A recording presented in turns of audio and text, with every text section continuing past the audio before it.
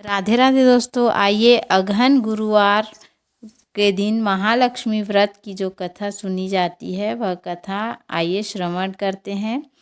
भारतवर्ष के सौराष्ट्र देश के द्वापर युग की यह कहानी है। सौराष्ट्र में उस वक्त भद्रश्रवा नाम के राजा रहते थे। वह बहुत पराक्रमी राजा थे। उन्हें 4 वेद, 6 शास्त्र और 18 पुराणों का ज्ञान था। उनकी रानी का नाम सूरज चंद्रिका था। रानी दिखने में बहुत सुंदर और सुलक्षणा थी और पतिव्रता थी। उन दोनों को 7 पुत्र थे और उसके बाद उन्हें एक कन्या का वरदान मिला था। उन्होंने उस कन्या का नाम श्यामबाला रखा। एक बार महालक्ष्मी जी के मन में आया कि जाकर उन राजा के राजप्रसाद में रहे, इससे राजा को दुगनी धन संपत्ति प्राप्त होगी।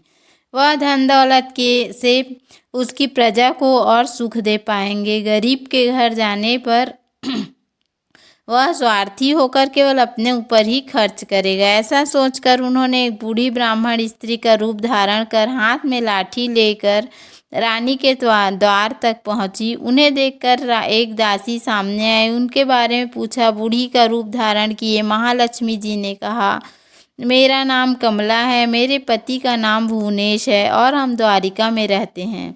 उसने बताया कि तुम्हारी रानी पिछले जन्म में एक गरीब वैश्य की पत्नी थी। दरिद्रता के कारण रोज उनमें झगड़े होते और उसका पति उसे रोज पीटता था, जिससे परेशान होकर वह उसे छोड़कर जंगल चली गई और खाली पेट भटकने लगी। उसकी दुर्दशा पर मुझे दया आई, तब मैंने उसे सुख संपत्ति देने वाली श्री महालक्ष्मी जी की कथा सुनाई और मेरे कहने पर उसने उसका व्रत किया, जिससे देवी ने प्रसन्न होकर उसे गरीबी दूर होने का आशीर्वाद दिया, जिस कारण उसका घर धन दौलत और संपत्ति से भर गया और बाद में वह पति पत्नी परलोक सिधार गए। श्री महालक्ष्मी जी का व्रत करने के कारण वे दोनों महालक्ष्मी लोक में रहे। इसी कारण उनका जन्म राजघराने में हुआ, परंतु महालक्ष्मी जी का व्रत करना वह अभी भूल गई है।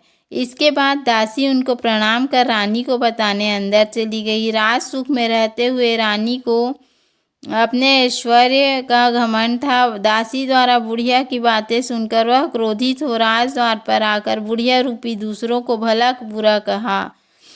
रानी सूरज चंद्रिका के इस प्रकार के बर्ताव अनादर देखकर माता ने वहां ठहरना उचित नहीं समझा और वहां से चल पड़ी। चलते समय उन्हें राजकुमारी श्यामबाला मिली। उन्होंने श्यामबाला को सारी बातें बताई। राजकुमारी ने बातों के लिए उनसे क्षमा मांगी। माता को उस पर दया आ गई। उस दिन अगहन माह का पहला गुरुवार था। उन्होंने राजकुमारी को श्री महालक्ष्मी जी के व्रत के बारे में बताया।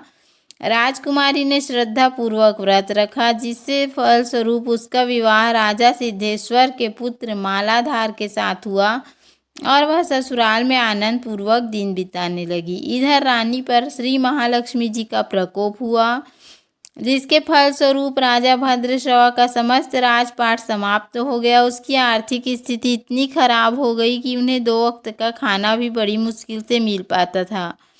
एक दिन रानी सूरज चंद्रिका ने राजा को आग्रह किया कि हमारा दामाद धनवान व ऐश्वर्यशाली है, क्यों ना आप उसके पास जाकर उसे अपनी स्थिति से अवगत कराएं, वह हमारी मदद जरूर करेगा।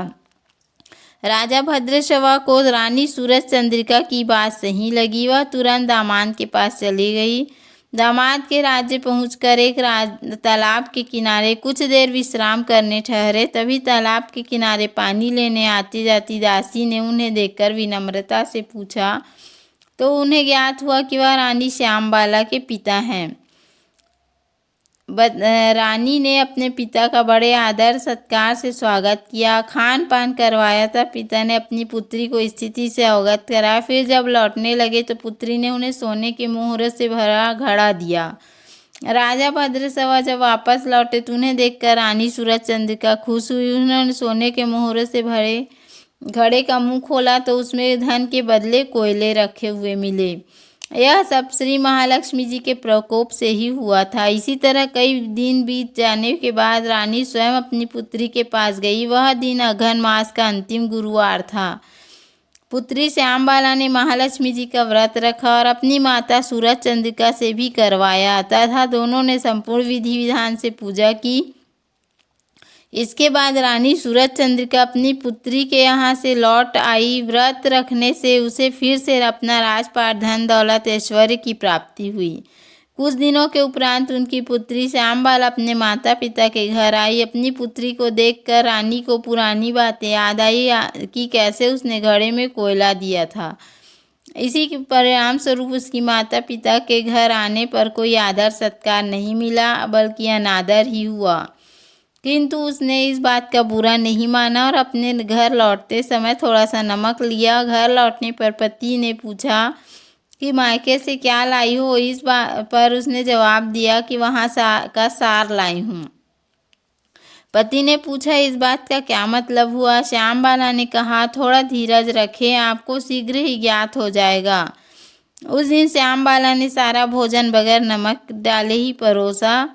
पति ने खाना चखा, सारा बिना नमक का था, इसलिए स्वाद नहीं आया। फिर श्यामबाला ने थोड़ा नमक डाला, भोजन स्वादिष्ट लगने लगा। तभी श्यामबाला ने पति से कहा कि यही है वह मायके का लाया हुआ सार। पति को उसकी सारी बातें समझ में आ गई और वह हंसी खुशी भोजन करने लगे। इस तरह जो भी श्रद्धा भाव से श्री महालक्ष्मी जी का व्रत रख पूजा करे तो उस पर माता की कृपा होती है और उसे सुख संपत्ति व शांति की प्राप्ति होती है तथा सारी मनोकामनाएं पूरी होती हैं। सब कुछ प्राप्त होने पर भी महालक्ष्मी जी की पूजा करना नहीं भूलना चाहिए। हर गुरुवार को व्रत पाठ अवश्य करना चाहिए, जिससे महालक्ष्मी जी की कृपा भक्तों पर हमेशा बनी रहे। बोलो महालक्ष्मी माता की जय, बोलो श्री हरि विष्णु भगवान की जय। तो उम्मीद है आपको हमारा वीडियो पसंद आया होगा। यदि हमारा वीडियो पसंद आया तो वीडियो को लाइक, शेयर और सब्सक्राइब करना ना भूलें। धन्यवाद। राधे राधे।